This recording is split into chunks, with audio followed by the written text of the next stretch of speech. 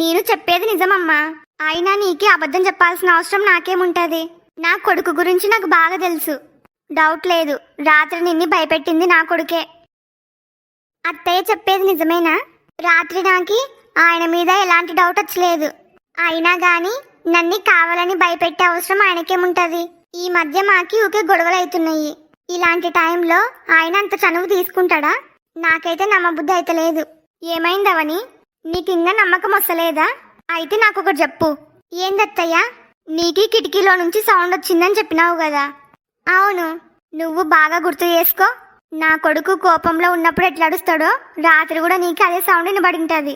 కొంచెం గొంతు మార్చి నీ రక్తం తాగుతా, నిన్ను తినేస్తా అన్నాడా లేదా? అన్నాడత్తయ్యా. ఇవే డైలాగులు చెప్పినాడు. మీరు చెప్పినది విన్నాక రాత్రి వినబడిన మాటలు మీ కొడుకులాగానే ఉన్నాయి. అదీగాక ఆయన ఇంట్లో లేడు. నేను రూమ్లో ఉన్నప్పుడు ఆయన బయటనే కదా ఉండింది. నేను చెప్పేది కూడా అదే. వాడు ఇంతకు ముందు చాలాసార్లు అట్టే చేసినాడు. వాడు చిన్నగున్నప్పుడు ఇంటికి ఎవరైనా చుట్టాలు వస్తే వాళ్ళని కూడా ఇట్లా భయపెట్టేవాడు. వాడు చెప్పేదేది నువ్వు నమ్మొద్దు.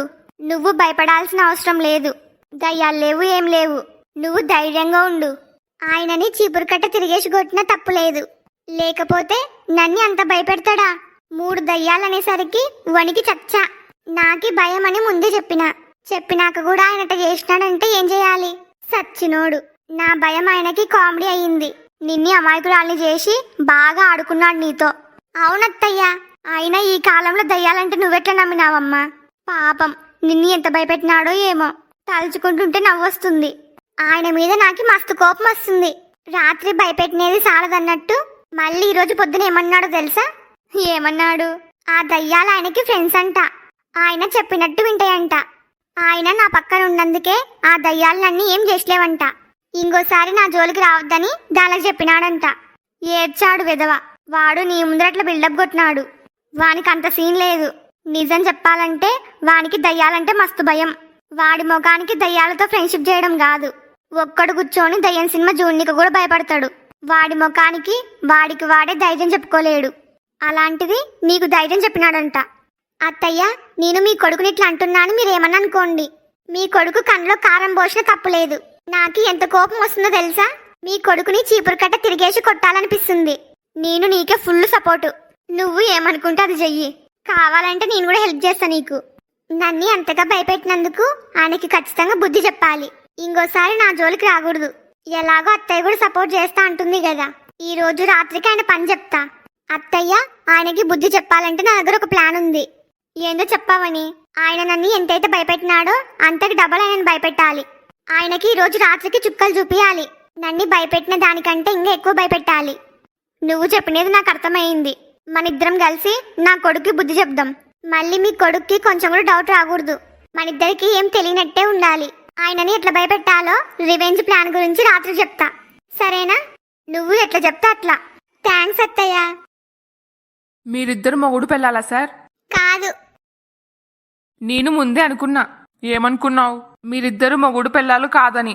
మీరు చూస్తే ముందర కూస్తున్నారు, మేడం చూస్తే వెనకల కూసయింది. ఇంకా మిమ్మల్ని మొగుడు పెళ్ళామని ఎవరు అనుకుంటారు? అయితే ఈ పల్లవి కావాలనే వెనకల కూసయింది.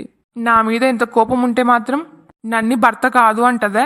అవును, నా భర్త అని చెప్తే ఏమైతుంది? నెత్తి మీద ఉన్న కిరీటం ఏమైనా కింద పడుతుందే?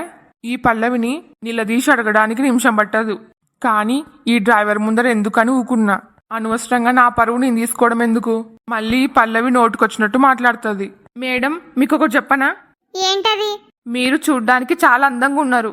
అరే, నువ్వు ఫస్ట్ ముందర చూసి కారు నడుపు. నా ముందరనే నా పెళ్ళాన్ని అందంగా ఉన్నావు అంటున్నాడు. Waste fellow. మీరు ఎక్కడి నుంచి వస్తున్నారు మేడం? అమెరికా నుంచి. వావ్, మీరు అమెరికాలో ఉన్నందుకు ఇంత తెల్లగున్నారు. అరే, నీకు చెప్పింది తెలుగులోనే కదా. ముందర చూసి కారు నడపకుండా మాతో మాట్లాడింది. మీకెందుకు సార్ మధ్యలో? మేడమే నాతో మాట్లాడుతున్నప్పుడు మీకేంది బాధ? నా భార్యకి నా ముందరనే లైన్ వేస్తున్నాడు. బాధ నాకు కాకుండా నీకుంటదే? పనికి మాలిన సన్నాసి. మేడం, మీరు పుట్టి పెరిగింది ఏ ఊర్లో? మీరు అసలు ఏం చదువుకున్నారు?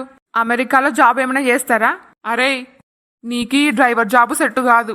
నా మాటిని జాబ్ మానేసి పార్కుల్లో పల్లీలు అమ్ముకో. ఆడైతే పులిహోర కలపనీక చాలా మంది అమ్మాయిలు ఉంటారు. అయినా మీకెందుకు సార్ అంత బాధ? ఆమెమో మీ పెళ్ళమైనట్టు బాధపడుతున్నారు. ఆ మేడం నాతో మంచిగా మాట్లాడుతుంది. మీకెందుకు నొప్పి మధ్యలో? నువ్వు మాట్లాడుతుంది నా భార్యతోనే, మరి నొప్పి నాకుండక నీకుంటదే? ఈ డ్రైవర్ నాతో సరదాగా మాట్లాడుతున్నాడు. అలాంటప్పుడు ఈయనకెందుకు బాధ? నీ మీద కోపంతో నేను కావాలనే నువ్వు నా భర్త కాదని చెప్పిన. కానీ నీకు అట్లా చెప్పడం నచ్చదు. ఎట్టకేలకు నేను నీ భార్య అని అందరికి తెలియాలి. ఛ! ఏంది సార్ మీరు చెప్పేది? మరి ఆ మేడం ఏంది మీరు తన భర్త కాదని చెప్పింది?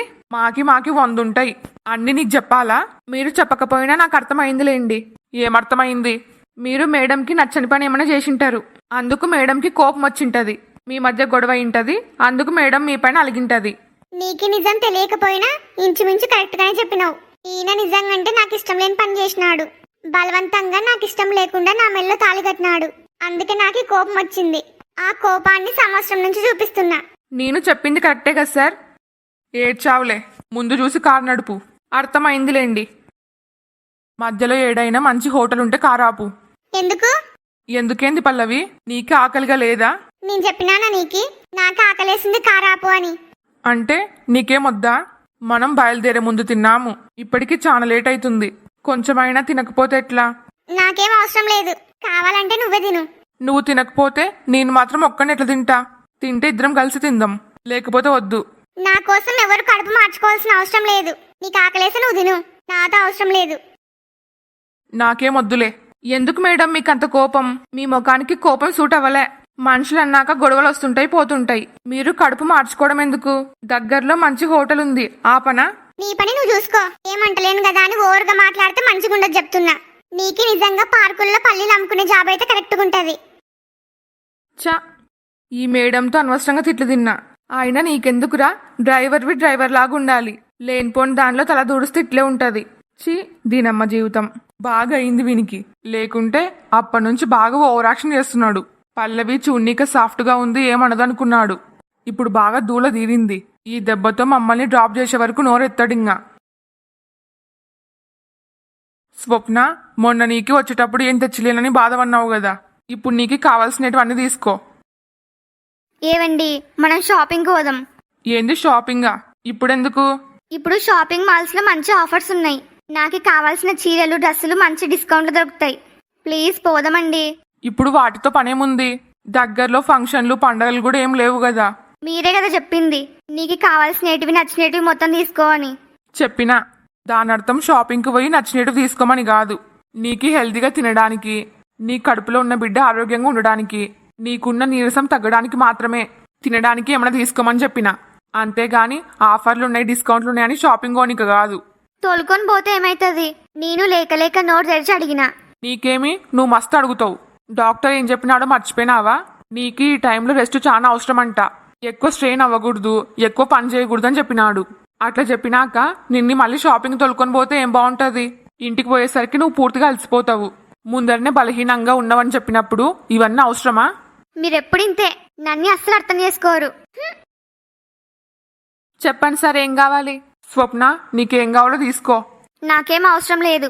ఈమె ఇట్లా అంటది గాని మీరు ఇవ్వండి. ఏమేం కావాలో చెప్పండి సార్. అన్ని ఫ్రెష్ గానే ఉన్నాయి. బనానా, యాపిల్, ద్రాక్ష, వాటర్ మిలన్, పైనాపిల్, దానిమ్మ, సపోటా, ఆరెంజ్ ఇవి ఇవ్వండి. సరే సార్. ఇదిగోండి సార్, మీరు చెప్పినటువంటి తీసుకుని వచ్చిన. స్వప్న తీసుకో. ఇంకేమన్నా కావాలా? ఇంకేమొద్దు, ఇదిగో తీసుకోండి. పద స్వప్న, పోదాం. ఈరోజు పల్లవి ఇండియాకి వచ్చింది. వాళ్ళమ్మ వాళ్ళ ఇంటికి వచ్చింటే కనీసం పల్లవిని చూసే ఛాన్స్ ఉండేది. ఇప్పుడు వాళ్ళ మామయ్య వాళ్ళ ఇంటికి పోయింది. నాకున్న ఛాన్స్ కూడా పోయింది. ఈ రోజు పల్లవిని చూస్తాను ఎన్ని ఆశలు పెట్టుకున్నాను. నా ఆశలన్నీ అడి ఆశలు అయిపోయినాయి. చా, నన్ని రాత్రి అంతగా భయపెట్టి ఇప్పుడేం తెలియనోలాగా ఎట్టగుస్తున్నాడో. ఈయన పైకి చూడ్డానికి అమాయకంగా కనబడతాడు గాని ఈయన మామూలోడు కాదు. రాత్రి ఎంత బాగా నటించినాడు. ఈ పని ఈ రోజు రాత్రికి చెప్తా. నన్ని ఎంతగా భయపెట్టినారో అంతకు రెట్టింపు భయపెడతా. ఈ అవని ఏందో చూపిస్తా నీకి. ఏవండి, నువ్వా అవని? నేనేనండి. నేను కాకపోతే మీ ఫ్రెండ్స్ దయ్యాలొస్తాయా ఏంది? అయ్యో, అదేం లేదు. నేనేదో క్యాజువల్ గా అడిగినా. నేను మాత్రం నిజంగానే అడిగినా. నేనేదో అవనీని సరదాగా ఏడిపించడానికి దయ్యాలని చెప్తే ఈ అవని ఇంకా ఆ టాపిక్ ని ఇష్టపెడతలేదు. ఏది మాట్లాడినా దయ్యాల కాడికే వస్తుంది టాపిక్. నిజంగా మీరు గ్రేట్ అండి. మిమ్మల్ని ఎంత మెచ్చుకున్నా తక్కువే. ఎందుకు? హలో ఫ్రెండ్స్ అందరికి, ఈ వీడియో మీకు నచ్చిందే? నచ్చితే లైక్ చేయడం మాత్రం మర్చిపోవద్దు. అట్లనే వీడియోని మీ ఫ్యామిలీ అండ్ ఫ్రెండ్స్ కి షేర్ చేయండి. ఈ స్టోరీ యొక్క రాబోయే మిగతా పార్ట్స్ కోసం మా ఛానల్ ని ఇప్పుడే సబ్స్క్రైబ్ చేసుకోండి.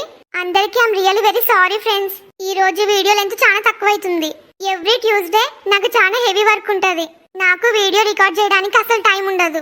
కానీ మీ అందరినీ డిసప్పాయింట్ చేయడం ఇష్టం లేక నాకు తోచినంత వరకు వీడియో చేసిన. నన్ను అర్థం చేసుకోండి ప్లీజ్. నాకు జెన్యూన్ గా సపోర్ట్ చేయాలనుకునే వాళ్ళు వీడియోకి హైప్ చేయడం మాత్రం మర్చిపోవద్దు. మీ ఫీడ్బ్యాక్ ని కామెంట్ చేయండి. నాకు సపోర్ట్ చేయొచ్చు కదా please. Thanks for watching. Bye bye.